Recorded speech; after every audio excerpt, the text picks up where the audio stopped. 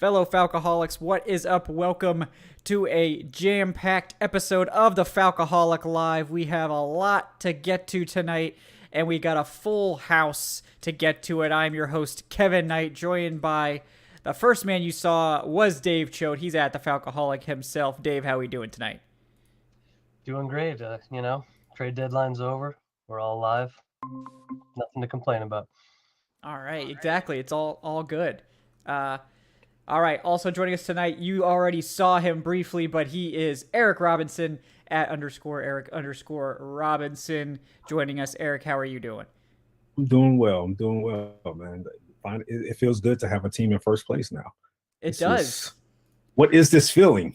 The team is like not eliminated from the playoffs or like minus 100 in point differential going into week 9. Me and you don't have to start our draft film watching now. We can kind of hold off another month or so for that. Feels good. It is. It's great. We also got with us Director of Guest Personnel, Evan Birchfield at Evan Birchfield. Evan, how we doing? Good. Excited to talk about the Falcons, and we got the whole gang here, so yeah. Yeah, gang is all here. Finally, last but not least, my co-host, he is Adnan Ikic at Say Which Way. Adnan, how are you doing tonight? Doing well. 4-4, first place feeling right now. I'm almost ready to start that playoff hype train. If we beat the Chargers, I'll be set for it.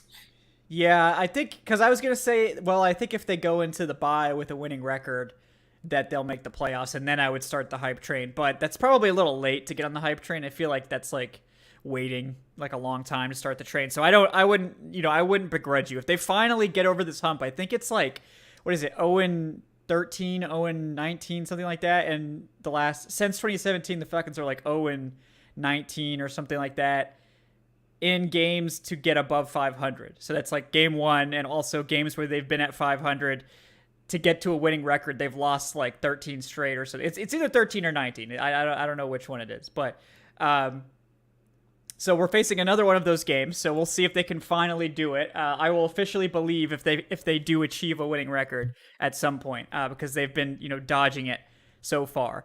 But yeah, you heard the news from yesterday. The Falcons involved in 30% of the trades at the trade deadline. On the day of the trade deadline. But the Falcons made a flurry of moves. Adnan and I, along with Aaron Freeman, talked about the Calvin Ridley trade yesterday. Then they rudely waited to announce these other two trades until like 4:30. So we didn't get to those. So we will talk about those tonight as well. Much more minor moves, but still interesting. But I do want to give those that weren't on yesterday's like instant reaction show a chance to weigh in on the Ridley trade. And we'll start with Mr. Dave Choate, the man, the Falcoholic himself. Dave, surprising trade. What are your thoughts now that we've had like a day to sort of digest that Ridley trade? I think it's probably the right move. Like, you knew when we got those reports that they were, closing in on a deal with the Eagles, and then they had to back off because of the suspension, because they didn't want to rip off Philadelphia, which in my opinion, it's probably the right thing to do, but it would have been funny. So there's that. It's frowned upon. Yeah, it is frowned upon, but you kind of knew that this was going to head toward, Ridley playing somewhere else, other than Atlanta. So knowing that, you've got a lot of uncertainty around when he's getting reinstated, whether he's ready to come back, what he's going to play like when he does get back. I mean, he's Calvin Ridley, so he should be fine, but knowing all of that, getting, a couple of guaranteed picks right out of the gate, solid picks, and the potential to get a lot more than that, landing Ridley closer to home, which I think he'll be happy with. I hope he'll be happy with, and being able to use that compensation and then even more cap space to do some stuff next spring is great. Like, so I think it's kind of a real win-win. It's probably a trade that I think Arthur Smith alluded to today has been in the works for a long time, might be months, might be weeks. So I think they arrived at a good conclusion that's going to be good for Ridley. I think he's in a good spot for him, and it's definitely good for the Falcons, who now, have 70+ million probably next year to play with, to really add some impact talent to this team, plus another couple of draft picks. So I think it was surprising. It came out of nowhere. I had my, the Falcons are quiet at the deadline again article like 95% done and ready to publish. And then that trade came through, so I had to throw that out. But I think it was the right move, a good move. Glad it happened. Yeah. Yeah, it was very interesting, the timing certainly, and there's definitely a lot to get to with, why now, and, like a lot of the intricacies of the compensation, which we did talk about yesterday, but we'll definitely recap tonight because it was confusing, partially because I think Rap Sheet worded the original tweet about the compensation wrong. So that didn't help things, but we figured it out, I believe, and then eventually I'm sure we'll get like official terms, but until then, you're just going to have to trust us. And on that note, let's get the takes of Eric Robinson, ESPN expert Eric Robinson, on the Calvin Ridley trade. Eric, we talked about it a lot in the offseason. I think we all thought it was going to happen, you included. But when he didn't get traded because of suspension, I think some of us were wondering if he might stick around or if how long it would take to actually trade him, that sort of thing. So were you surprised with the timing of it? What do you think about the compensation? What are your thoughts on the move? I wasn't really surprised by just the ultimate decision to trade him. I felt all along, and like you said, going back to the offseason, that Ridley played his last game in Atlanta. So I wasn't surprised by the trade at all.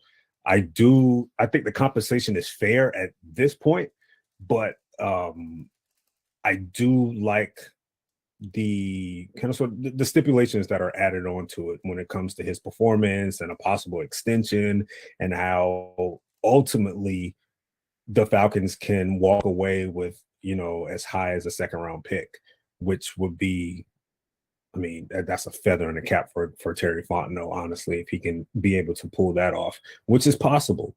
And there's nothing against Ridley or anything like that. I just felt that the team was at a point where trust was out of the window. And, it was nothing against him as a player, but I think this is a regime, keep in mind, this is a regime that didn't draft him. So there was really no emotional tie to that. So I feel like this is a situation where it's probably best for both sides to move on. And they did. They made the move and they pulled the trigger, and we'll see what happens. I'm a little shocked that a team waited, at this point in the year to trade for him. Yeah, it was a surprising time, the timing. Yeah. Right. I will say that. I'm not surprised by the team moving on from the Falcons, moving on from him. More surprised by a team saying, yeah, we'll trade for him in 2022. Someone on Twitter said the Jags pre-ordered Calvin Ridley for 20. Yeah, that was a good way of sort of framing it. And it's a good way to think about it too. Because they were like, we want his rights enough that we're willing to give up a 6th round pick, even if he never plays football again. Like, we will give up a 6th just for the chance to keep Ridley. Yeah, they got the alpha build of Ridley. Yeah. But I don't know if they're getting the whole game yet. No, they don't. Yeah. And that's definitely the next topic will be trying to break down this compensation. But I did want to give Evan a chance to weigh in as well, because I know we talked a lot about this in the offseason. Evan, your thoughts on the Calvin Ridley trade at this point? Yeah, not much more to add. I thought it was fair for both teams considering the compensation. And, I think it was good for Ridley. I believe he's from Fort Lauderdale or somewhere South Florida. And aside from Miami, that's about the closest he could get because they weren't trading him to Tampa. Yeah. But I was pretty confident, like a lot of people on here, that he was going to get traded. But I thought it would be later on. And, I thought it was kind of interesting, with this new regime, there's been no real rumors or leaks or anything that kind of seemed like we're in the past where there was a possibility that Ridley was going to get traded. I didn't see that coming at all. And I don't remember the last time I saw a suspended player get traded. So that was kind of interesting. But, I'm happy for him. He seems happy based on his tweets yesterday. And, the Falcons, that's kind of been like an elephant in the room sort of thing. And now that's kind of off their table now. And, so far, it's hard to doubt anything Terry Fontenot does, because when he does unpopular trades at the time, they've worked out just based on the, obviously Matt Ryan and Julio Jones. Yeah. The Falcons, I would say, have won those trades. And, hopefully this works in their favor too. And Ridley ends up having a good career works for him and they get a second round pick, that would be great. But Yeah. So. No, I agree. Like, I think you're absolutely right. Those of you that echoed this is like, if they get that second plus the fifth, obviously, for this year, like, that's probably as much as I was hoping to see, because I didn't think we would get a first for him next year. So it was either carry him and hope to flip him for a first during the season, which of course you don't get the savings, and you wonder about the fit and all this stuff, or you take less value. But doing the trade now, I think, is advantageous for the Falcons, and we mentioned this on the immediate breakdown. It's because they will get this money now immediately as soon as free agency starts in 2023. They don't have to figure out a trade. They don't have to like shop him. They don't have to have that sort of pressure on them, and maybe they wouldn't have anyway because they do have plenty of space, but they will have all that money available immediately to go do what they want with. So if anything, that should give them more flexibility, and they don't have to expend resources trying to find a trade partner probably at the start of free agency when everyone's trying to make moves. So that potentially frees up the front office to do more other work, which could be valuable, depending on if they make the good moves, we'll see. Jury's still out on what, of course, they will end up doing with this money and these assets. But to quickly break down the compensation, based on what we understand from what's reported, the minimum compensation in the trade is that the Falcons will get a 6th round pick in this coming draft, which is 2023. From this trade, no matter what, even if Ridley's not reinstated, or even if Ridley, doesn't do anything, whatever, if he retires, doesn't matter. The Falcons get a 6th round pick, at least.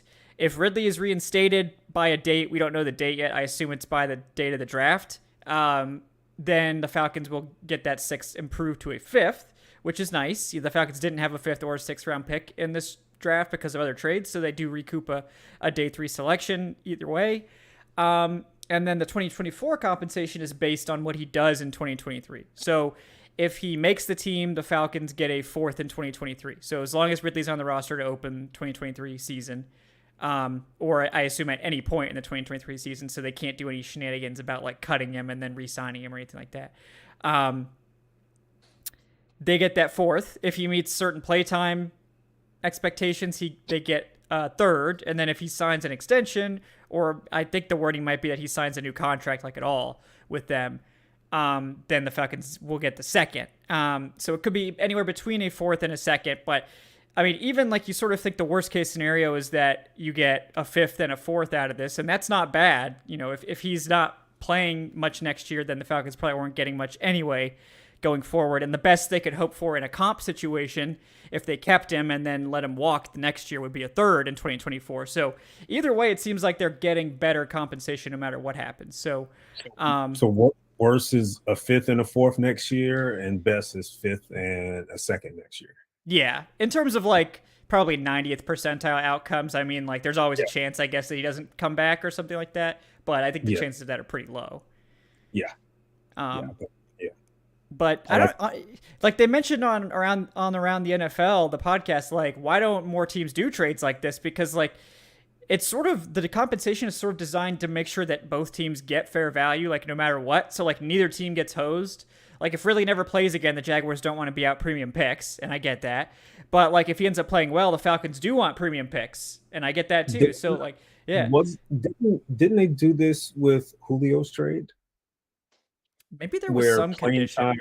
Playing time, there was some conditions with the picks where playing time would have upped it to like a 3rd or something like that. Maybe, yeah. I know there was a condition where if the Titans had a condition or like a comp 4th, that the Falcons would have then got the later 4th round pick. But because the Titans didn't get a comp 4th or aren't slated to get one, then the Falcons will get the Titans' original 4th. So it's slightly better.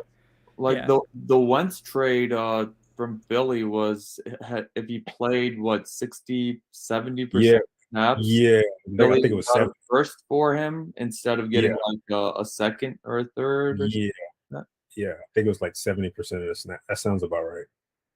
And I think they just missed it. Because I think he ended up missing like a couple games or something like that, and he just missed. I think he probably ended up doing like 65% or something like that. Yeah. So just missed it. So yeah. Was there any conditions on Deion's trade? I don't think they were in a condition. No. They just it's just a 6th-7th swap in 2024. So it's not like we're really talking about much anyway. And I'm starting to wonder if this is a Fontenot thing. just get those late picks and flip them and trade them and do whatever you want with them. You know, yeah. I wonder if this is a Fontenot thing where he's adding these extra conditions to pretty much everybody that he's shipping out of here. Could be, you know, and then this Fenton trade is conditional as well. The Falcons only send the 7th conditionally. I don't know, you know, what the conditions are. It's probably that he has to be on the roster for a certain number of games or something like that. But so, you know, the Falcons could potentially get that 7th back if Fenton doesn't play enough or whatever the conditions are there. So, you know, I know everyone cares about that 3rd, 7th round pick, but I'm telling you. I care for the mock draft that we have to do that's going to have 3 7th round picks in it. We're going to really be doing some deep dives on those like final, man, look, just close your eyes and point. I'm going to trade all the 7s for a 6th in every mock, and then we're just going to roll. We're going to roll from there. But yeah, we do have a lot of questions coming in. We will get to those guys. I promise. Well, we'll get to Jason's right here because this one is relevant to the Ridley trade. Some of the other ones we're asking about some of the other ones, so we'll get to those at the appropriate times. Thanks, guys, so much for those donations, and also like and subscribe if you haven't done so already. Thank you. So we got Jason Gaines says, glad to see Ridley traded for potentially multiple draft picks. We also get that 11 mil of additional cap room freed up for 2023. Hopefully it really does not gamble at any of the 3 major casinos in the Jacksonville area. I want that conditional 2024 2nd round pick. Yeah, I didn't know there were casinos in Jacksonville. So did anybody else find how coincidental it was that they sent him to Jacksonville? It was very just, I don't know if it's irony or just, you know, what it is, but it is funny. I think that was a little slight jab, just a little bit. In fairness, also, he didn't do it in a casino. He did it on FanDuel under the name Not Calvin Ridley 18. Not Slider Rid. Not Atlanta Falcons receiver. Yes, this is the other Calvin Ridley. You know, there probably are multiple Calvin Ridleys out there, I'd imagine. But it is funny that it happened that way. But you know, I think the trade does make sense for the Jaguars too. This is a team that's like desperately needs to generate any good positive buzz that they can, considering they're facing another season where they're probably picking in the top 5, despite getting, you know, the number 1 quarterback prospect. And, you know, Trevor Lawrence has been kind of disappointing, but still, you know, you think they should be better than they are. So I'm not surprised with them trying to add some shine and, you know, potentially have, you know, oh, we can, you know, sell that we brought in Ridley. And Christian Kirk, we all talked about him getting overpaid. He's actually played pretty well. So, you know, maybe he's ends up being worth it in the NFL, considering how much receivers are getting these days. But it makes sense for them. They really need the wideout. And as you're seeing, like, wideouts are becoming premium, like more premium than ever assets.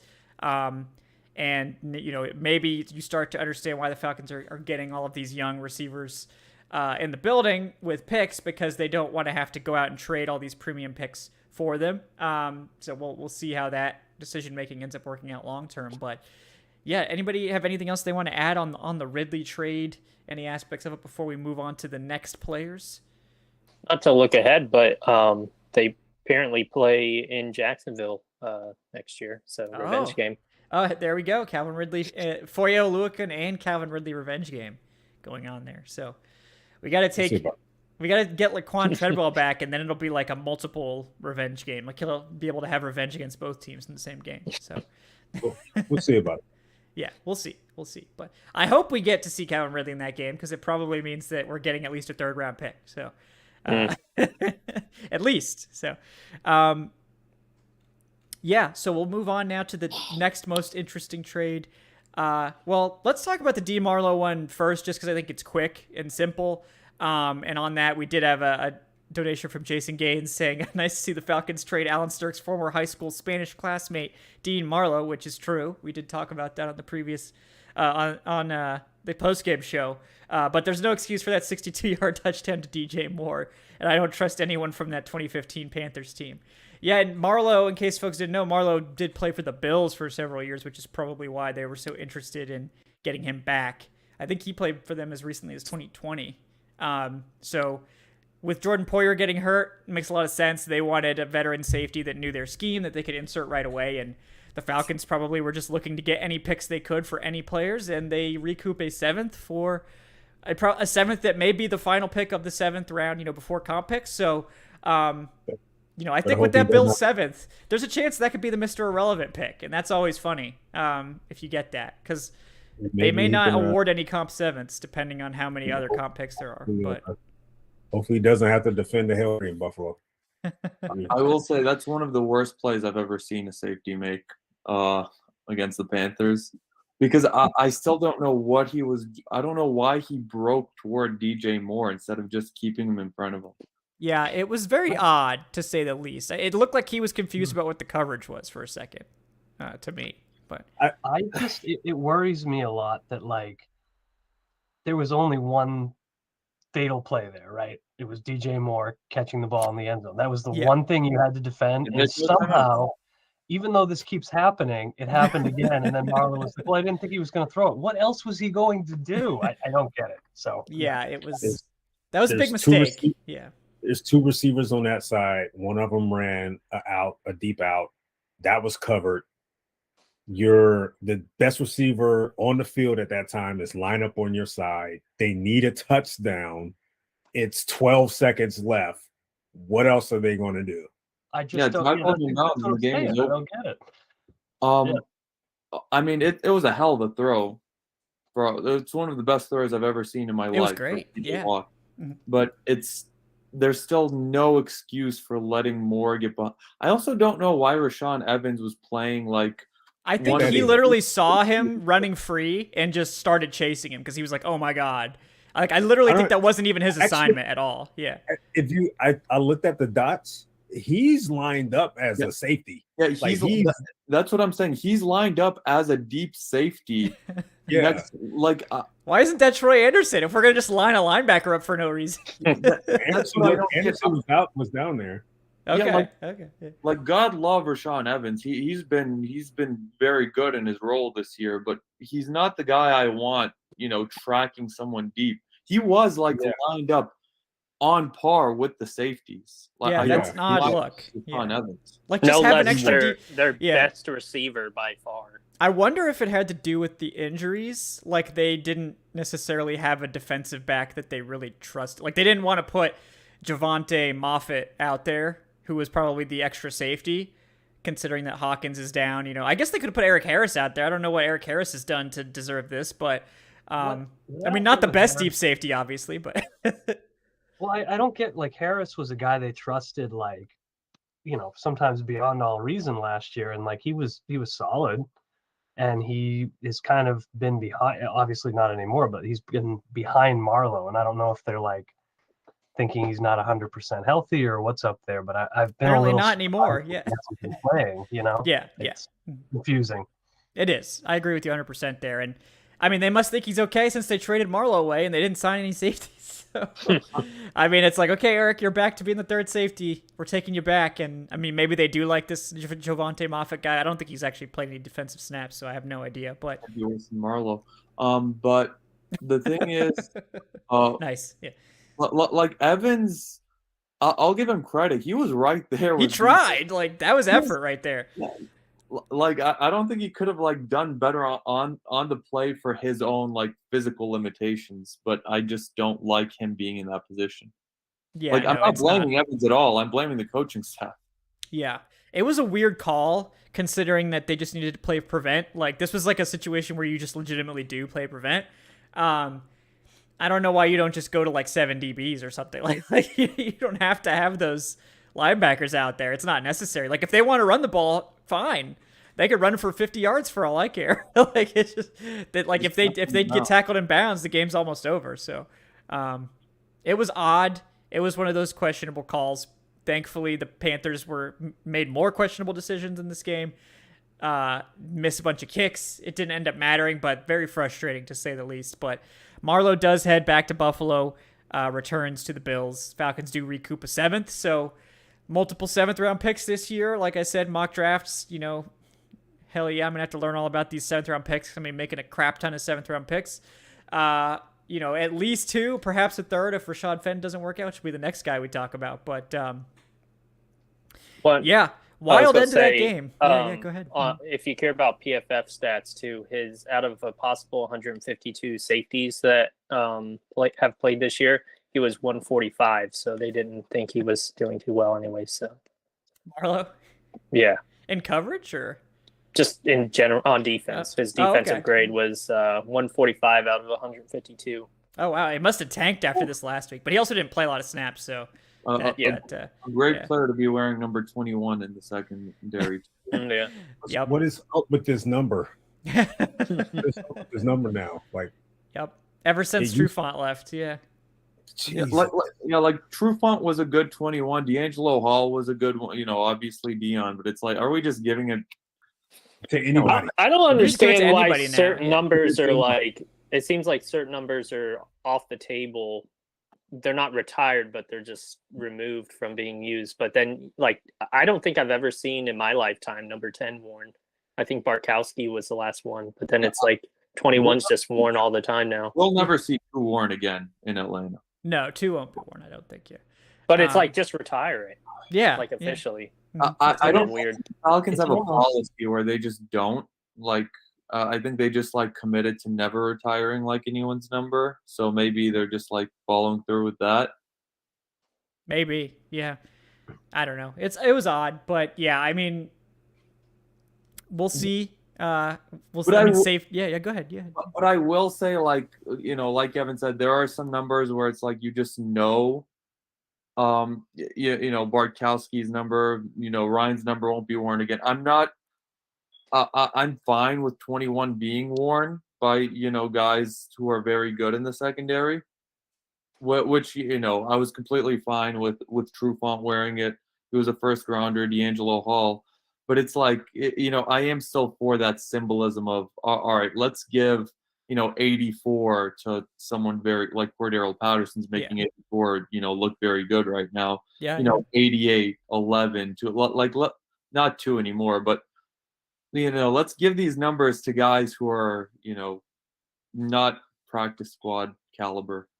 Yeah, we're gonna give 11 to the next first round receiver that we get this year. I kind of like how the Cowboys have done 88, where it's you had Michael Irvin, and then before that, what was his name, Pearson or whatever.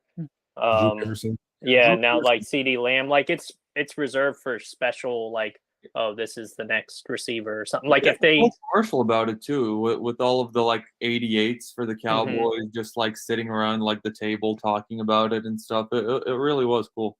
That is cool. So I agree. Yeah. Real quick, what numbers should they do that for? Outside of 21, 2, 11, 84. You guys mentioned is another good one. 21 probably. Just try to give them to your premium players. Just those 4 numbers. Probably 60 if we're going. But that I don't think I've ever seen. I don't know who the last 60? Person. They don't do a lot of 60s. Nobis was he the last one? I think so. I wouldn't be surprised if 2 and 11 just aren't worn again. Yeah, I don't know. I think so many players like 11 that I think it's unlikely that's going to be the case. I think 2 is one of those numbers where it's oh, maybe it's not, unless you have a quarterback that wears it, it's not always worn. But I feel 11, so many receivers want to wear 11. So yeah, I don't know. I feel if they get another first round pick that likes 11, they'll probably let someone wear it. But I don't think they'll let any jabroni wear it. And I think a perfect example is how pissed everyone was when Koo wore 7 for a month, and then they're oh shit, he's just pretty good, and now it's he's elite. We allow it. Yeah, we allow this. That's another good one. I love that picture of him, and I think it was last year, maybe it was this year, with him and Vic, and it was kind of a passing of the torch of 7. Okay, he can wear it officially. Yeah, but do you remember who was 7 before Younghoe Koo? It was Bernard Reedy. Oh, that's right. Yeah, Reedy. Hell yeah. It was Bernard Reedy who didn't even make the roster. Just the disrespect. He should have. Yeah, he should have. Yeah, exactly. So, but no, it's funny. We'll see what they do with these numbers. I am curious. I wouldn't be surprised if we don't see 2 again. But again, I think that one's sort of like a quarterback number. 11 again. Someone's gonna want to wear 11. We're gonna find out. Number now? I mean, now it's anybody. It could be anybody now. Yeah, but Michael Walker has 3. So I mean, yeah. I think Pat Surtain Jr. or whatever wears 2. That's true. Yep. Are they going to let people wear 0? Because we need to have that conversation. Yes. They need to. Nose tackles. Double zeros for the Double nose zero, tackles. Have a That double thick-ass zero number. and a 99 side by side. Yeah, there you go. That's Yes. beautiful numbers, right? That's defensive line right there. Oh yeah. So yeah, I hope that does happen. But we'll talk about the next trade now, and keep going through these questions.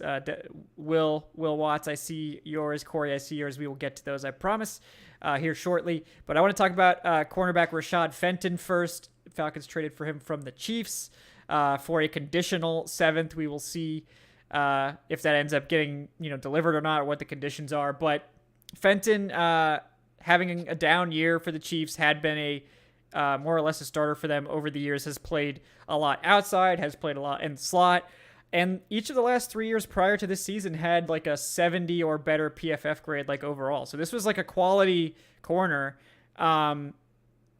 The Chiefs were asking him to play a lot of man this year, and he was very bad in it. He's a zone corner, and the Falcons have been playing zone on about 80% of their snaps over the last couple weeks, according to Aaron Freeman's charting. So if they're going to have Fenton play zone, I think it makes a ton of sense. I think he's a guy that, can potentially come and start for them on the outside. I think it's a good move to shore up that depth chart, because I think you've got Darren Hall, who's actually playing pretty well. Like, he was barely targeted against the Panthers. Like, they did not go after him. They relentlessly attacked Cornell Armstrong, that poor man, who didn't play like that badly. Like, considering he's like a practice squad corner, I think he performed about as well as you could hope, and was targeted relentlessly also. I think it's been disappointing watching what we're getting from Isaiah Oliver at this point. Sorry, Isaiah Oliver's dad or whatever, if you're watching. Is it? I don't think he's played particularly well, but he's played well against the run. How dare you, Kevin? He's played well against the run. Didn't he stop a test? He stopped the test on this. He did have a good, like, he's had some good plays. I think it hasn't been as good as maybe we were hoping. Like, I'm not sure he has been a big upgrade over D. Alford in the slot at this point, but we need D. Alford to play outside. So, I think he's done okay. Outside that one play against Marshall, that's fair. Where he couldn't bring him down on 3rd down. That's pretty much the only play where I'm like, all right, what's going on, Isaiah? Let's see. Yeah, he's about average according to PFF, 55.7. So right, just a little bit under average. But yeah, his run defense grade is in the high 60s. So he's been a good run defender. Coverage grade closer to 50. So, but again, this is like this was his 3rd game back, 2nd game back. Yeah, so he's, coming off a season-ending injury, it's, he might take some time to get back. But Fenton gives them another guy they can trust. Maybe they don't have to throw Cornell Armstrong out there to the Wolves now. They can get Fenton. Fenton was practicing already today. So, my guess is they're going to try to get him some reps. But yeah, what do you guys, I'll open the floor on Rashad Fenton. Cheap move to get a veteran corner. I like it. A lot cheaper than getting like William Jackson III, who I like William Jackson, but if they're not going to play man, it doesn't make any sense to go after a corner like that. So, but yeah, anyone got Fenton takes for the people? Yeah, go ahead. I'm fine with the move if he's going to be your CB4, and if he's going to be your CB4 going forward. When you add Casey Hayward into the equation when he's back healthy. And then, of course, Isaiah Oliver is probably their starting slot right now. If Fenton is listed as your CB4 right now, where he can spell Oliver at times because he does have experience in the slot and also give some reps on the outside, I'm okay with that. I'm fine with that. If this is a situation where he's going to have to start some games opposite AJ Terrell, I'm concerned because he's probably going to give up a play or two. He's also going to make a play or two. Not when I say make a play, he's not necessarily a guy that's known for making interceptions, but the one thing that stands out about him, his PBUs are, he plays through the hands, and he's really crafted that particular part of his game where his PBUs are not him just slapping the ball down. He's literally playing through the hands of the receiver and getting his deflections that way. And not a lot of corners are able to do that. So he plays bigger than his size. He's probably He's like 6 foot, 5'11", something 5'11", like that. 6 foot. He plays like he's 6'2", 205 or something like that. He is 200. So yeah. Okay, so I like him, and he's been assigned a lot to big receivers while he was in KC for some reason. So welcome to the NFC South. There's all there is are big receivers down here with Evans and Michael Thomas and those type of guys. So yeah, if he's the type of guy that they're bringing into the equation to round out the depth and help that out, I'm okay with that. Yeah, he has played very well in the past. He was having a down year this year, and he was dealing with a hamstring injury. Maybe that's related. They were also, the Chiefs have been moving to more and more man, and he's always been like a great zone corner. So and he's been assigned a lot throughout his Chiefs career to like big name receivers. Last year, he was tasked with covering Jamar Chase in man and Higgins. Last year against the Bills, him and Diggs, he played an extensive amount of time in man coverage against Diggs. So I don't think he's lacking any experience in that area where team is asking him like, hey, we need you to cover him for man for most of the game. Yeah. And they need that, considering we don't know when AJ Terrell's going to come back, and like Darren Hall's played well. I think he's still in like the 70s in his PFF grade after over 200 snaps now. So he's holding up well. But Cornell Armstrong actually positively graded on PFF overall. His run defense has been good, and he's had some pass breakups. Like, he just has also given up a lot of plays. But if Casey Hayward's gone a long time, and that seems to be the vibe sort of, they do need a secondary corner that's not going to get picked on across from AJ Terrell, and I think that could be Fenton. So, I mean, either way, you're not really giving up a conditional 7th, which won't even convene if he doesn't get enough playing time. The biggest deal was it saves Kansas City $1.8 million in cap. The Falcons had $10 million in cap going into this trade deadline, so it was easy to absorb that. He's expiring, so there's no long-term commitment. You essentially, if Fenton does play, a bit, or if he is, forced into a lot of action, you essentially traded Dean Marlowe for him, giving him the 7th rounders that were swapped, exchanged. I don't know. It's a good move just because it's low risk. Desperately needed cornerback depth. Mm-hmm. He's way better than anyone you could have got just off the street, certainly. Yeah. And I mean, hopefully Terrell is okay soon. I don't think he'll play this week, but man, the Chargers wide receiver room looks as rough as our cornerback room does. It is. Might be evenly matched. Yeah. It is. Yeah. It's dark over there for Chargers fans, man. Like, I feel for those guys. Like, that team is the AFC Falcons. They're just cursed, and like Rashawn Slater out, Nick Bosa or Joey Bosa out, Keenan Allen and Mike Williams expected to miss this game. Like, I mean, J.C. Jackson, Josh Palmer's protocol. Oh wow, yeah. So I mean, it's just passed it, but they don't know if he's going to play yet. Yeah. I will say against opponents this year, the Falcons have had some injury luck. They have. So against the Browns and against the Niners, and now it looks like here against the Chargers, they're getting a little luck. They're getting some flipping teams. Had some luck in not having to face McCaffrey, even though he performed and had his revenge game. He did. He did. So, yeah. Anybody else want to comment on Rashad Fenton before we keep the wheels turning here? Something that I think Aaron Freeman brought up on Twitter is too, with Marlowe gone and Fenton, and it's always possible we see Mike Ford or Isaiah Oliver dabble at safety a little bit too. So I wondered the same thing, because technically there's only 3 safeties in the room, so it made me wonder, okay, which guy is going to get rotated back there a little bit more? It's going to be Rashaan Evans. I never knew until now.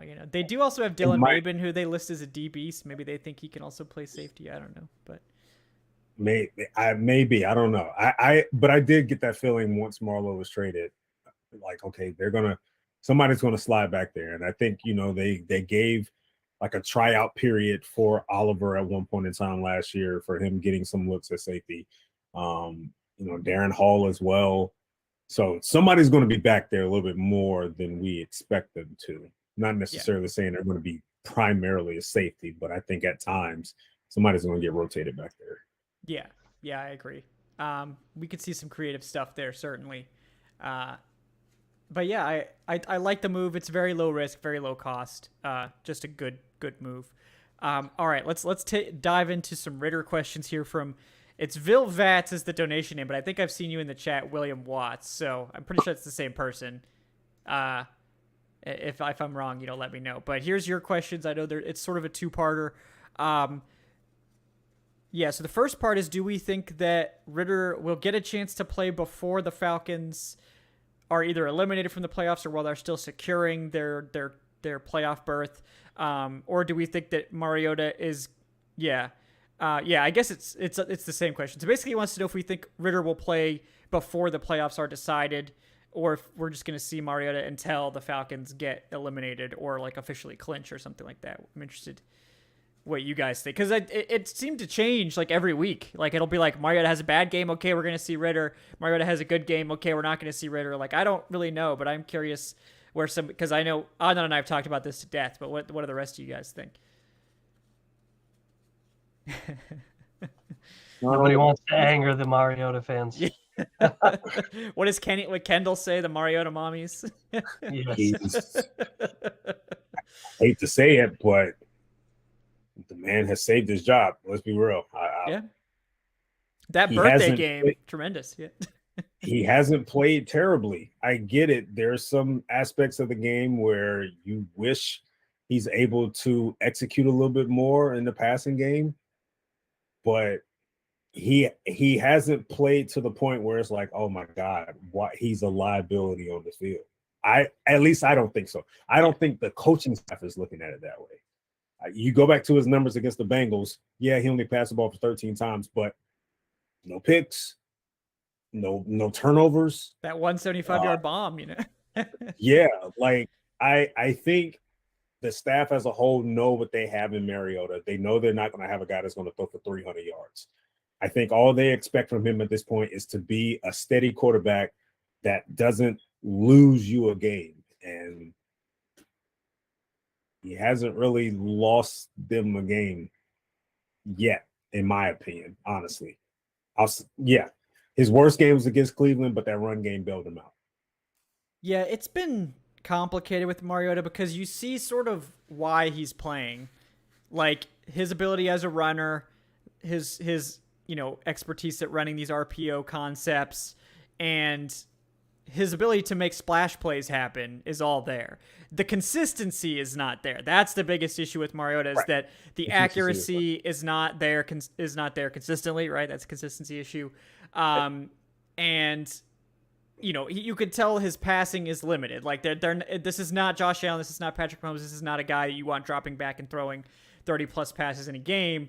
But he's been good enough for this team to be sixth in scoring, and his rushing ability is keeping the Falcons very much, it's helping them keep defenses off balance. So he provides value even if it's not directly related to his passing performance each week. Whether anyone wants to admit it or not, his athleticism is a factor against opposing defenses, and they know that. They're aware of that. You can look at that 3-1 conversion he had in overtime, and you can look at that play and you can say, that's why they trust Mariota at certain times. That's why he's on the field. Plays like that. Also, I've noticed since Damiere Byrd has gotten more snaps and since his big reception against the Bengals, Mariota's been dialing him up deep, and it didn't really work very much other than on that huge touchdown play where he pretty much did it all himself after the catch. But two of his deep shots to Bird resulted in picks. One of them should have lost us the game. Let's be honest. Yeah, let's be honest here. But I do think that willingness and I think that trust that he has sort of made it a bit easier on the run game last game. And I referenced it in an article on Bird that will be getting published tomorrow. but the Falcons saw less 8-man boxes yesterday or this past week than they have on average this season. So Algier is 4th in the NFL overall in facing an 8-man box. I think he faces one, if I remember correctly, 34% of the time. That dropped to 21% on his 16 carries or 14 carries against the Panthers. Huntley, it was about the same, but it was just a tick lower than his season average. So I do think that at the very least, with the addition of Bird and that threat of going deep and Kyle Pitts, having his, best game of the season, I think that is making it a little bit easier on the run game. And I think it'll be even more helped when Cordero Patterson comes back, because he's such a dual threat as well. You don't know if he's just going to get it handed off or if they're going to, work something for him out of the backfield. And also, the most important thing is they're literally in first in the NFC South. Like, it would be crazy to bench your starting quarterback. Like, I don't remember, and maybe someone else can remember, but like a quarterback getting benched just like that when the team's literally, Patrick last year. Who?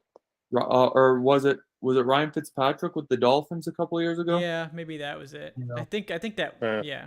Maybe. They were in first place though. I don't know if they were in first. I think they were at 500. I don't think they were first. Maybe not and first. And then imagine a scenario where Ritter comes in, and it's fun to like dream about. And Lord, I hope he is like the next Mahomes or whatever. But like he comes in and struggles out of the gate. Now all of a sudden you're like, oh shit, we went from Mariota, who's obviously not great, but as Eric said, he's not losing you games. He's helped get you to first place in the NFC South so far.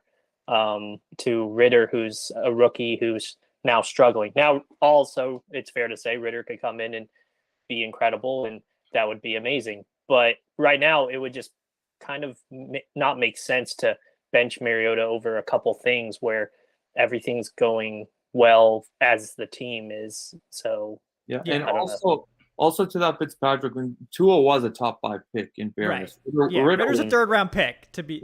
This isn't apples to apples, but no, I definitely agree. And honestly, I need to stop tweeting when I'm so like full of raw emotions like in the moment, because I did never. Yeah. Like I was calling for Ritter after that. That start from Mariota this past week. It was bad. First drive, because I definitely said it in the Falcoholic Discord, but I did not publicly tweet it. So.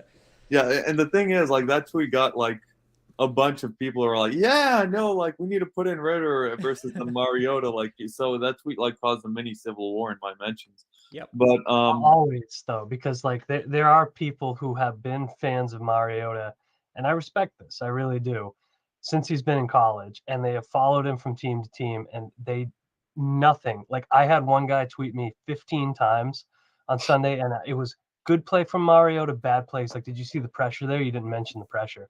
I'm like, Jesus Christ, do something else. I mean, they stand. It's crazy. It's crazy because, a lot of people, at least a lot of the Mariota haters are not going to say it, but from that interception in the first quarter to that interception in overtime, he played his way out of that.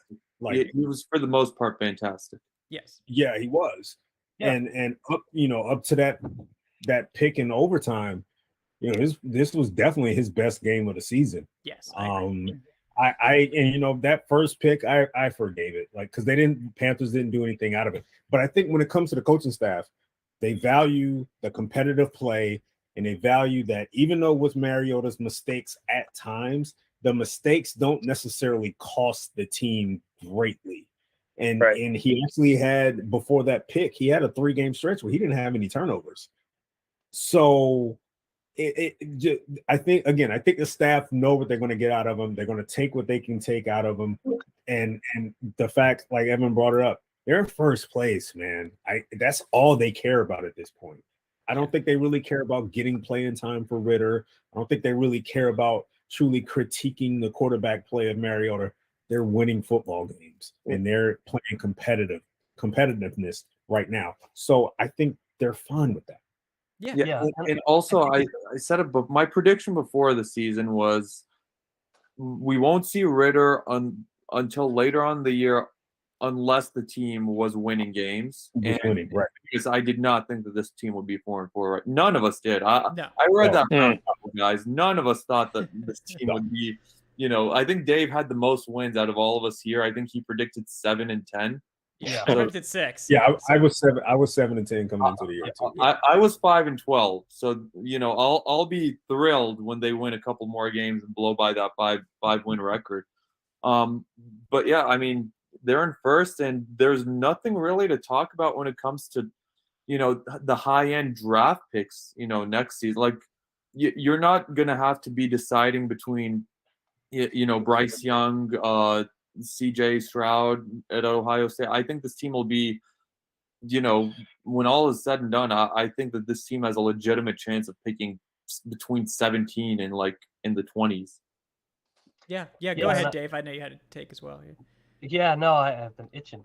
But no, I was just going to say, I really think it comes down to with Ritter is when this team, wherever they are in the standings, gets tired of having to do the level of work that they're doing to make Mariota successful. And if they think that Ritter can offer more as a passer, that's when they'll make the change. Because, as everyone said, like Mariota has played well within the structure they've set up for him. If he's not making mistakes, if he's winning plays, winning games with his arms and his legs, like he's doing a good job right now. And I think it's really just down the line, if this offense becomes limited and they can't ask Mariota to do more than he's doing and they start losing because of that, that's when you make a change. But until then, yeah, you ride this thing as long as you can, because he's certainly this past week, even with the interceptions, he exceeded my expectations greatly. Like he played really well. So I think if this is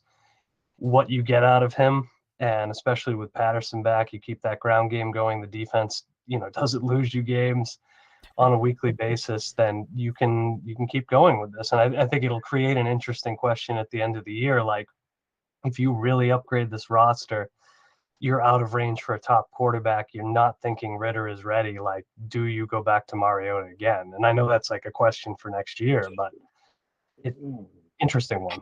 Yeah. Yeah. It's complicated. Like, you can tell that the offense is limited in what they call with Mariota at the helm, but they're successful enough. Like, they're scoring the 6th most points, and yes, they've had a couple defensive scores in there, but they're the 6th scoring offense, and most offenses, when they're 6th in scoring, aren't making drastic changes anywhere. And that's without Cordero Patterson. Yeah, for 4 weeks. Yeah.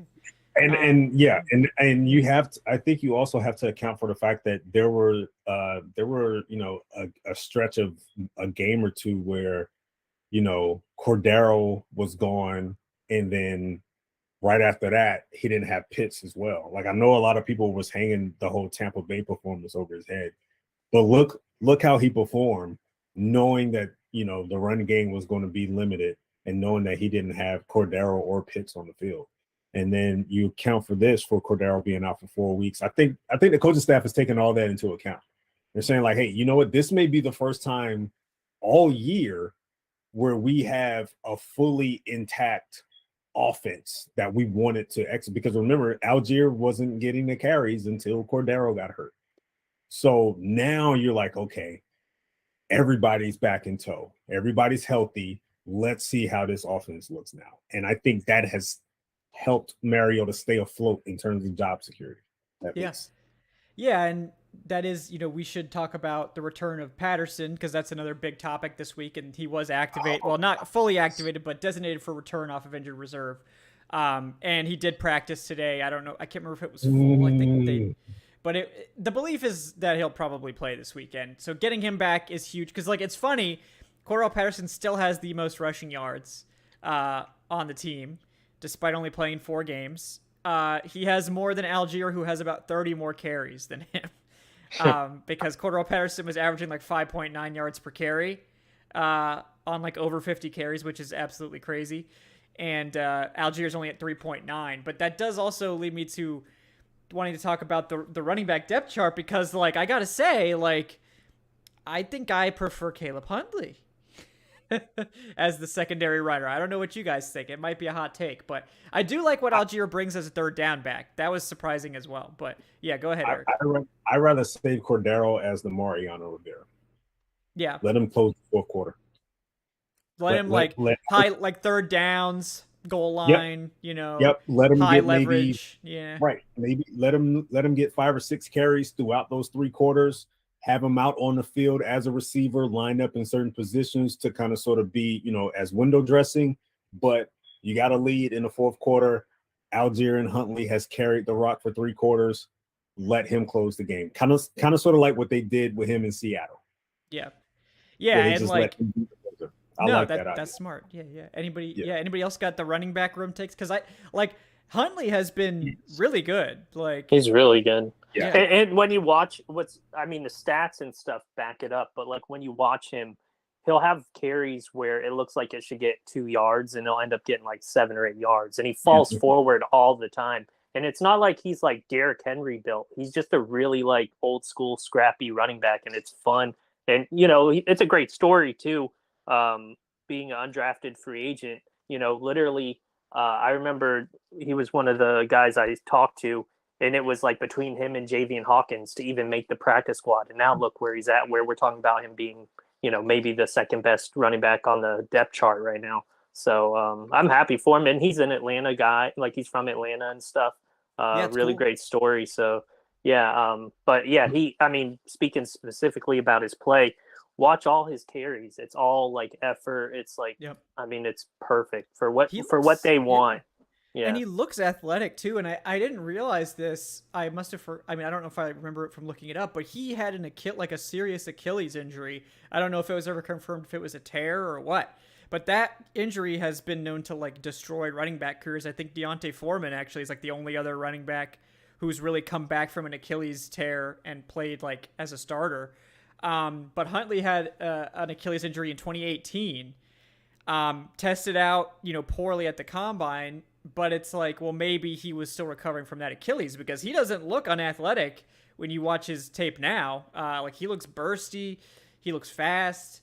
Not necessarily like deep speed fast, but very explosive and 4.6 yards per carry right now. And a stat that I saw today is that he has the lowest percentage of runs that go for 1 or fewer yards of any running back in the NFL. Only 7% of his carries go for 1 or fewer yards, which is exactly what we were talking about. He just doesn't lose yardage, like ever. 7% is tiny. Like 90% of the time he's getting you at least a yard. So that's very impressive. Yeah. Since week 4, when he started pretty much playing, he's been he's technically since week 4 to now PFF in the top 10 running backs. Yeah. So he's, the stats are backing up what the eyes are seeing. So 81.7 PFF grade for Caleb Huntley. Go ahead. Go ahead. No, go ahead, dude. I was going to say I'll be the devil's advocate here, I guess. So I think Huntley is great, and so you're not going to take him out of the rotation at all when Patterson's back. Like I think he's an early down guy. He's a better runner right now than Tyler Algier. But I also think the reason that this team keeps playing Algier more is he can catch the ball. I think we saw that this last week. He did a great job with that. But he's also way better in pass protection than I expected him to be as a rookie. And that's why he's getting like double the playing time Huntley is. And so when you look at like the total package, he's still a pretty good runner. He's not as good as Huntley. He's not picking up quite the same yardage. He's not fighting through contact quite the same way.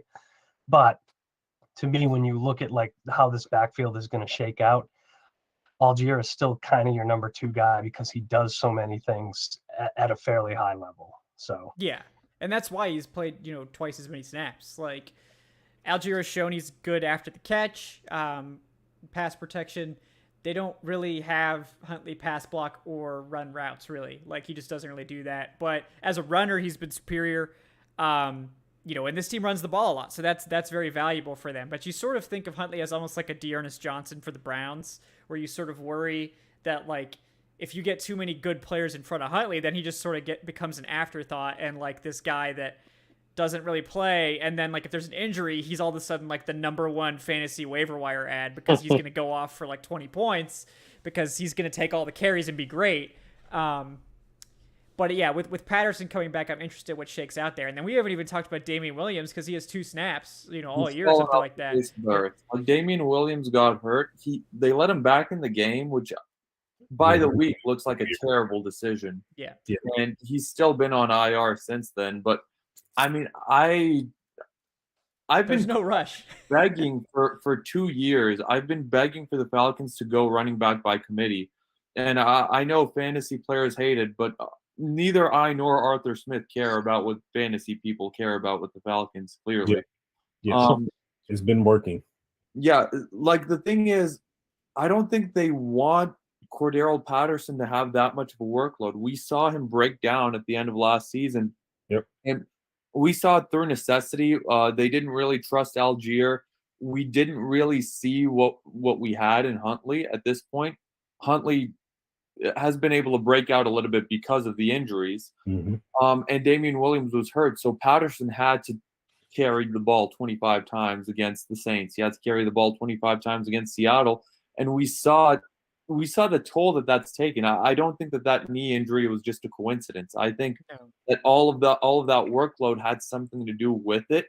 And I think that the coaching staff will be a lot more apprehensive to do something like that again. It could be a break glass in case of emergency, but I mean, you want to get Patterson out in space, you want to utilize him.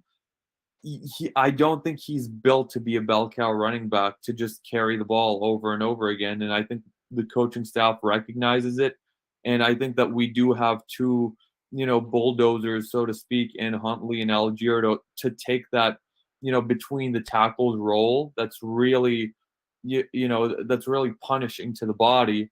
And then you can use Cordero Patterson more so, out in space, and Arthur Smith can cook some stuff up with him, that's special out of the backfield. So I'm looking forward to seeing what they do with that, because there's no way that they're going to let him just carry the ball 25 times anymore. Well, like Eric said, the fourth quarter, the closer idea, I love that. Like, honestly, like you're not going to use him strictly in that role, but like having him fresh to close out a game for you is brilliant. Like that's really an ideal situation for him. Right. And that was the thing, going back to that Seattle game, that Seattle defense was tired. And that's why Cordero was able to gash them the way that he was.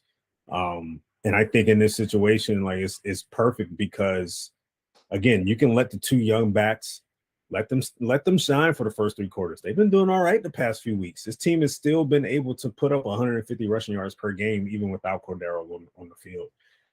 Like this hasn't been an issue. We all thought that with Cordero out of the picture, man, this run game was kind of sort of going to take a step back, but no, it's pushing forward. So, like Adnan said, 25 carries.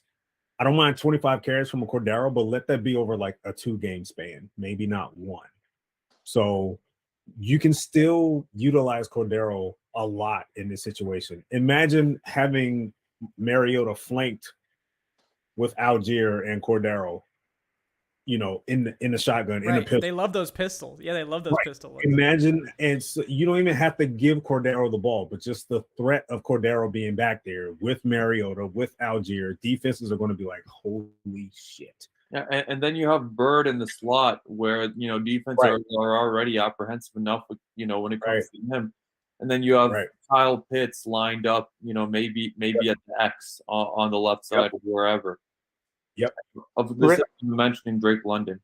Just random question. What do you guys think happens? Because I think Damian Williams is supposed to come back in a couple weeks. Yeah. What do you think happened? Because we haven't even mentioned, like, Avery Williams is still there. And I know he does other stuff, but he's technically a running back. He's sort of just like a flex spot. Yeah.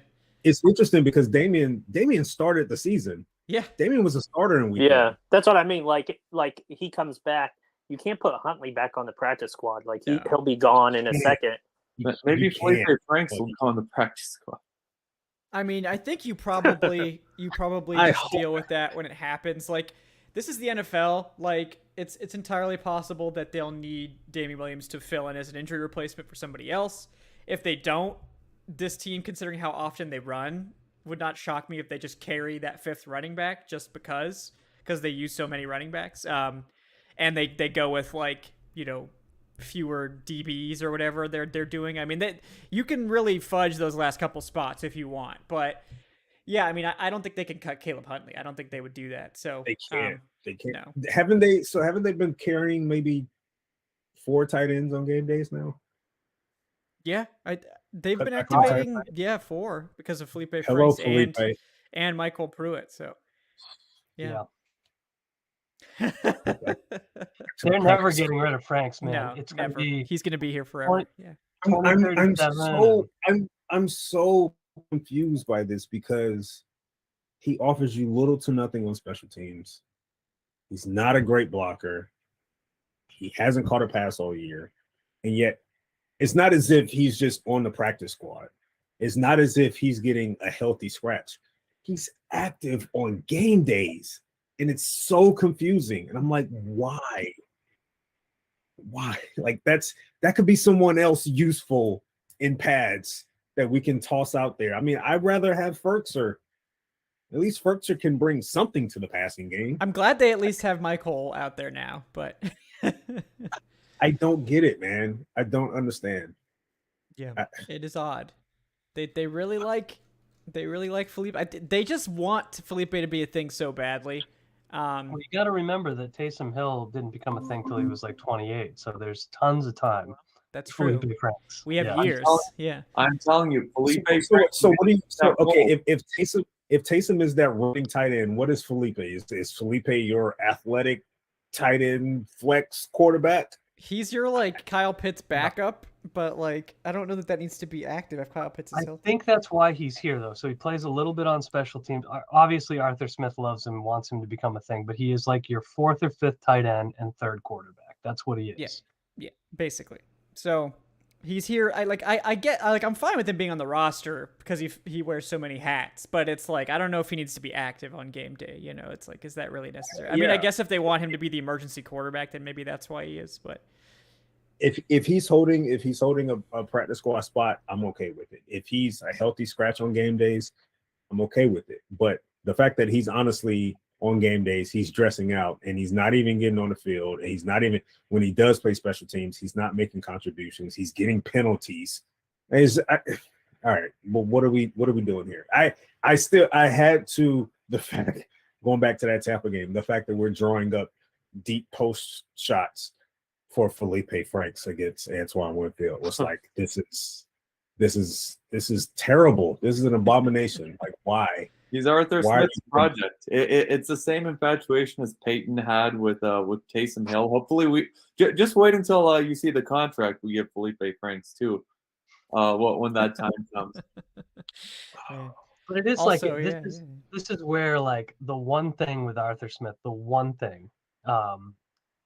is that he can get a little too clever, and I think when this team is more talented and more established, like he'll be able to resist the urge to be cute a little bit more than he does today, because that is really my only complaint with him this year, is that sometimes there are plays where you're like, he is just trying to do something that he thinks is fun and interesting, and it has almost never worked. Honestly, though, isn't that just a trait of like every great offensive play call? Oh, absolutely. Pretty much, yeah. Like, yeah, and we saw it with Kyle Shanahan firsthand. We've seen it with Andy Reid.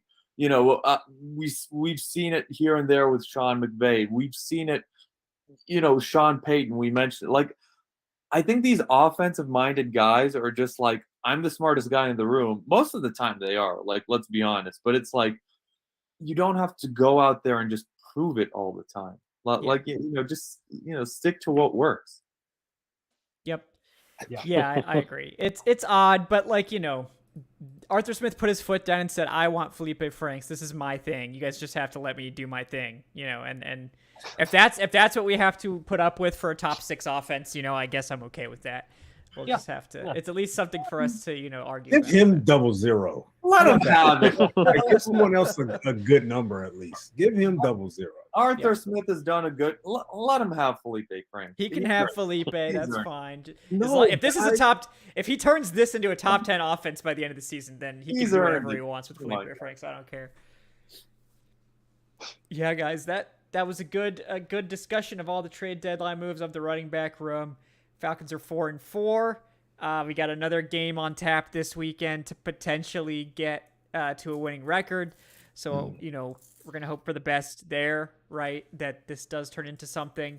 We'll give everyone a chance for a final take before we sign off.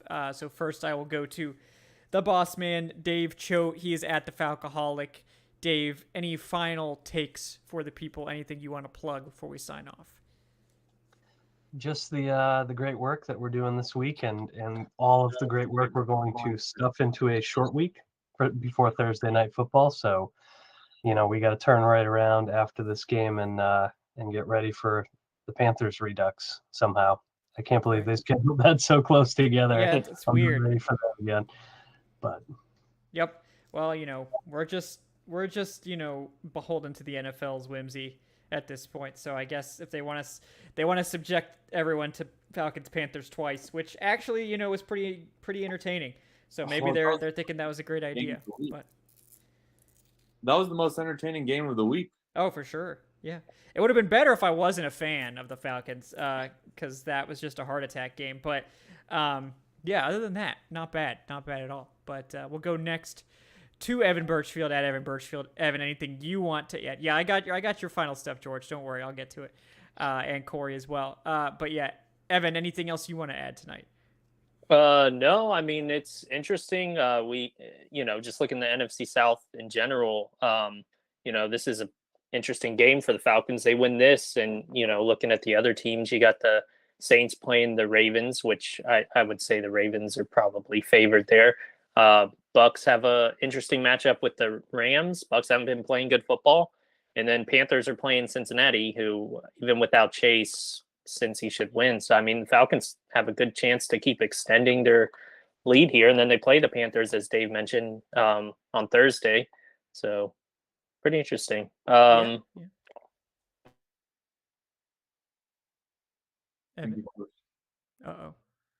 Uh-oh. We lost him. Mid-take, too. Got him. Man. They got him. Dave, I thought you had this protection. Yeah, they cut the cord to Evan's feed. He was about to deliver some fire takes. They're like, nope, stop. Well, we'll get okay.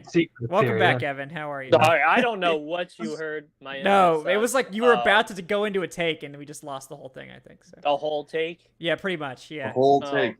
Great. Well, okay. Basically, I was just saying that Falcons have a good chance to keep extending in the NFC South because they have some tough matchups.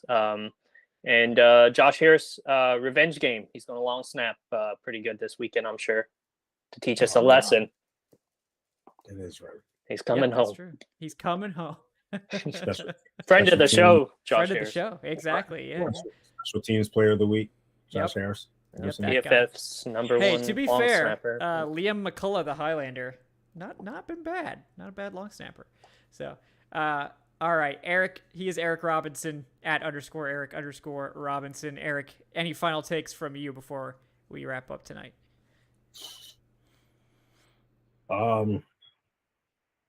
Man, the way the injury bug has hit the Chargers has made it interesting for sure. Yeah. I'm still hoping that this defense is able to hold on for dear life against Herbert and Austin Eckler, because those guys are still out there. Gerald Everett, those guys are still out there. I think we're in for a shootout, guys.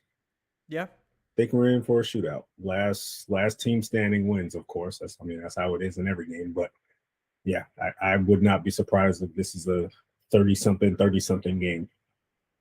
It would mean that they probably stay in the top 5 of scoring if that happens. So, that's what it's looking like, because they're now the 6th highest scoring offense and the 30th scoring defense. So it's shootouts every week. But unlike last year, they actually have a chance to win some of these shootouts. So. Well, yeah, that's true. And it's crazy. I mean, you rarely see a running first team in shootouts. That's weird. Yeah. It's odd how they're doing it. It's a non-traditional style. Yeah. Right. Here we are. Look at us. Who would have thought? Not me. Not me. Yeah. But yeah, that meme is perfect for this Falcons season. But we also have with us. Did I get your take yet, Dave? I think I did. Yeah. I started with Dave. Yeah. Adnan. He is at Say Which Way. Adnan, any final takes from you this evening? I think the Chargers game at the beginning of the season was one of those where I marked down as a loss right away. I'm like, all right, Justin Herbert may go for the record, in passing yards in this game. Now with those injuries and with the Chargers being the Chargers, the most snake-bitten franchise in the AFC, it seems like,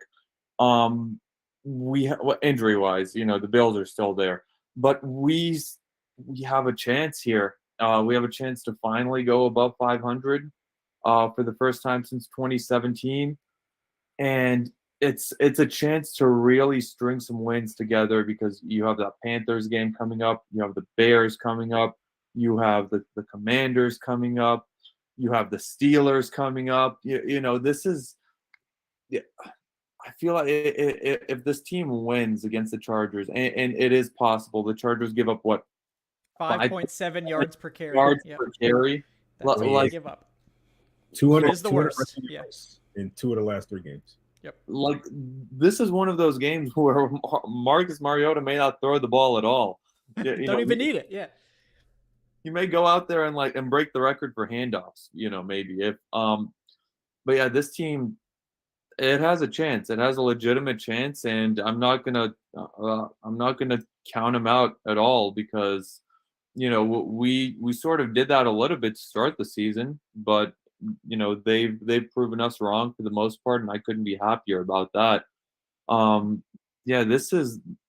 There's a chance to really do some damage in the NFC South right now, and this is one of those golden chances that you don't really get very often, and it's one of those chances that we haven't had since 2016, and one of them that we did not think we would have for years to come. So it's just beautiful seeing this team ahead of schedule right now, and given the long-term status of the rest of these NFC South teams, it's going to be a good time to be a Falcons fan moving forward, and we look forward to covering it every step of the way, in the years to come and in the battles to come. Yep. Getting this win over the Chargers is big. It would be significant. I'm going to be breaking it down tomorrow on the game preview as well for those that listen to that show. But this Chargers defense has struggled a lot. They're 31st in points allowed, 32nd in yards per carry allowed. And they've allowed the 27th most rushing yards despite facing the 7th fewest carries against, which is a bizarre stat, obviously, considering they're so bad on a per carry basis. But injuries left and right. Yeah. No JC, no Bosa. So yeah, and they've been solid against the pass, but when you're that bad against the run, the Falcons have shown that they don't need to throw the ball. They're perfectly happy running 40 plus times in a game if it works out that way. So they're gonna see if Los Angeles can do anything about the run, because otherwise the Falcons will just run the ball every single play if they can. And now that they have Patterson back, they've got the stable of backs to do it. They can have, a series of, Algier, then Huntley, then Patterson, and you rotate again. And this could be on the same drive, 3 plays, and just keep these guys all fresh. And it just and the occasional Mariota run, right? And just flatten you, because all 3 of those guys are just physical, punishing runners, and it's just after the third quarter that just might be too much for any defense if you can't stop the run. So, we'll see how that goes. I certainly like their chances, especially now that it looks like the Chargers may be limited with their weapons in the receiving game, because that's really the Falcons' weakness is just. They just allow yards through the air just like crazy. That's tackling, man. Yeah, the tackling is good. Yeah. It's huge. It's a premium. That's got to be their calling card as a defense this game, tackling.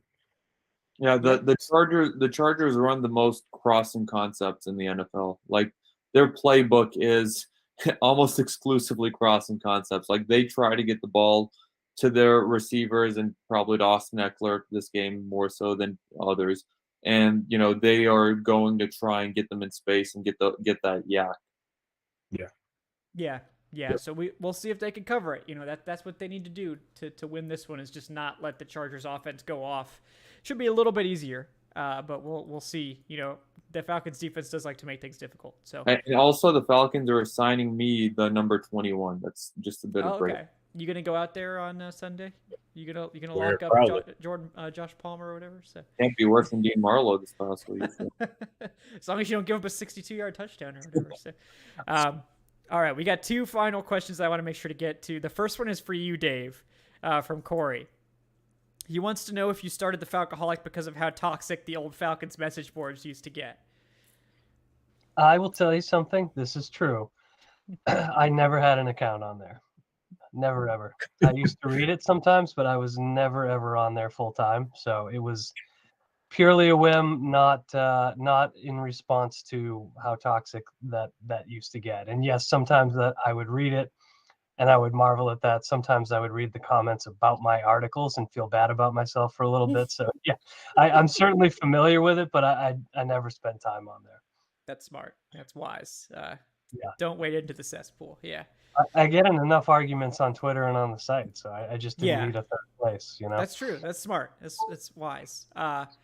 And then George Costanza wants to know what happens when he hits 2,000 in donations. What does he win? He also says his favorite Panthers-Falcons memory is Julio mossing Luke Kuechly with that 70-yard touchdown. What a great catch. Yeah, that might be my favorite Julio catch as well. That one's just such a picture-perfect catch. But, yeah, I'm working on something, George. Don't worry. That was the best Julio catch ever, but, I digress. Yeah.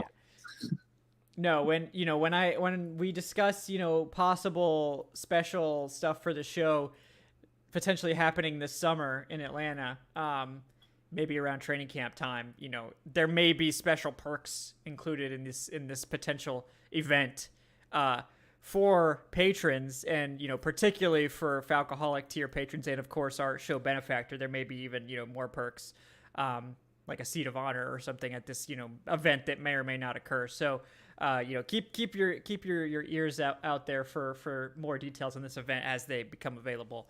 But that's the tease for now. But yeah, I would like certainly to do something for you guys for all that you've done for me and the show. We do appreciate you, and this is an opportunity to remind you to please like and subscribe. We do appreciate that as well. You can check us out on Patreon if you're interested in getting into that exclusive club of benefactors. It's patreon.com/Falcoholic Live. Exclusive content on there, including early access to all and ad-free access to all the audio recordings of these shows. So if you're a podcast listener, if you're listening to this on the podcast platform, you don't want to wait, and you don't like ads. I mean, who likes ads, right? Get it on Patreon. So nobody likes ads, I know Eric don't. So No, we all have to sell them, but currently I'm not doing any ad reads, so you don't have to endure me, shilling anything on the show. But SB Nation ad people, like if you get any of those opportunities, please do send them my way. But George with the final buzzer beater here. Thanks again, George. He says if we want to win on Sunday, we need Mariota to do high knees in the aisle of the plane while chanting Falcons country, let's fly. Yeah, I mean, I think that's the secret to playing better and also healing with Wolverine blood, I think, is the other part of that equation. Also, how obnoxious must that flight have been? I've been on many flights to Europe, and they're already difficult enough. Yeah. I can only imagine Russell Wilson doing high knees and for hours. That's so obnoxious of him to do that while his teammates are trying to get rest. And he's like, "Oh yeah, they were just sleeping." It's like, yeah, because they're flying back from Europe. 8-hour flight to a different country. Seriously, why are you not sleeping? Yeah, exactly. But can you imagine if Russ wasn't the star quarterback? If he was just a third string receiver trying to do that, it's like, hey Russ, shut the fuck up. You know what? Honestly, Russ, I think that kind down. of plays. Yeah. Honestly, think that kind of played a part in how a lot of the teammates felt about him in Seattle. Yeah. Where it's if you would have asked Richard Sherman about that, Richard would have been like, yeah, that's Russell. That's the things that he did where he put himself above the entire team. The stuff that's been leaking about him, the whole Lynch and Richard Sherman talking about how they have to go through his agent to speak with him. Yeah. And the fact that all of his former teammates are just like subtweeting him, like Tyler Lockett in his Yep. interview was talking about, oh, look at how great it is when like everyone's playing for the team and when no one is selfish and stuff. It's like, how obnoxious must he have been in Seattle? Yeah. And it's like, obviously no one knew about it until now. But you wonder, like, which one comes first. I think it's true of like a lot of, super wealthy, successful people. It's like, is the fact that they're super obnoxious something that somehow helps them get ahead, or they become more obnoxious as they're successful? Like, I don't know which one it is. Yeah. No, that's clever because is it like a chicken or the egg thing? Yeah. I think it's the latter when it came to him, because he really didn't have that much of a reputation in college and early on in his career. No. And he was more so that guy that you would, that fathers would bring home to their daughters. Like, this is who I want you. Like, now he's a jerk. I mean, that's the wide perception of him at this point. He's a jerk. And I think that's over time. Good Morning Football that talked about him, that went on that monologue. Yeah. Kyle Brandt. Yeah, and he was talking about, at like the NFL honors and stuff. It's like him and Sierra are just like, no questions, like, acting like they're A-list celebrities, which I mean, yeah, in the NFL, like you are, but it's like, what are you, especially at like an event like that, which is, you're interacting with fans and stuff. It just, it does seem a bit pretentious. Yeah. It's very pretentious. It is. So, but I mean, he's a rich man, and I guess he can do what he pleases. But no one's making you, be obnoxious on a flight like that. No one's making you do that. So, can you imagine the jokes if they would have lost and he would have had a bad performance? Yep. It's like, man, you probably should have been resting and not doing all those high knees. High knee your way back to Denver. That's what you should. Also, worst of all, he's not throwing the ball to Cortland Sutton enough, and that's a big problem for my fantasy team. Yeah. No, he needs to throw it more to Judy, guys. Stop being selfish. He doesn't. Just needs to be better because I have him as a fantasy quarterback. Period. In my 2 quarterback league. So like, I just need him to like just do more. Period. I don't even care who he throws to at this point. I mean, it would be nice if he throw it to Sutton so that stack could pay off. And honestly, it wasn't that bad early. Like, it was okay. It was good early. It was good fine. early. It was fine. It's like get Ripien out there. At least he threw it 9 times to Sutton.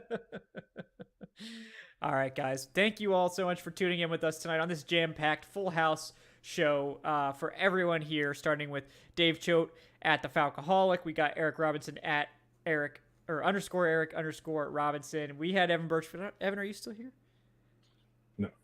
Okay, I know he was having internet issues, so I didn't know if he like disappeared into the ether. He's probably working on your guests for next week. Yeah, no, he's working the phone lines. Yeah, I told him to go do that, but he was like, I actually want to show up on the show. I want to get some FaceTime with the crew, and so they remember me and that sort of thing. So I gave him a few minutes to come on the show, but yeah, I need him to get back to working the phone lines to get us our next scoop, next guest. But yeah, Evan Birchfield at Evan Birchfield, guys.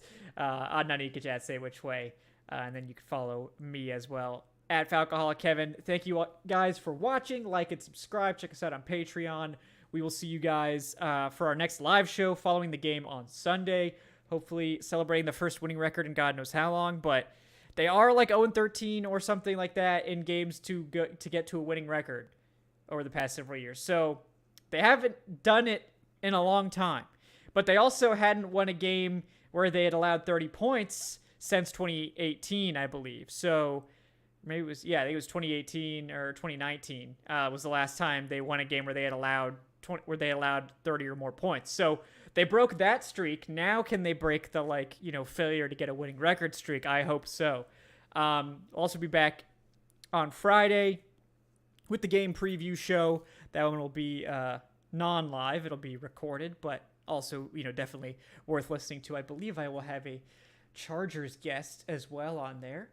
So you guys have that to look forward to. But until then, guys, thank you again for tuning in. We will talk to you next time on the Falcoholic Live. Have a great night, folks. We'll see you on Sunday.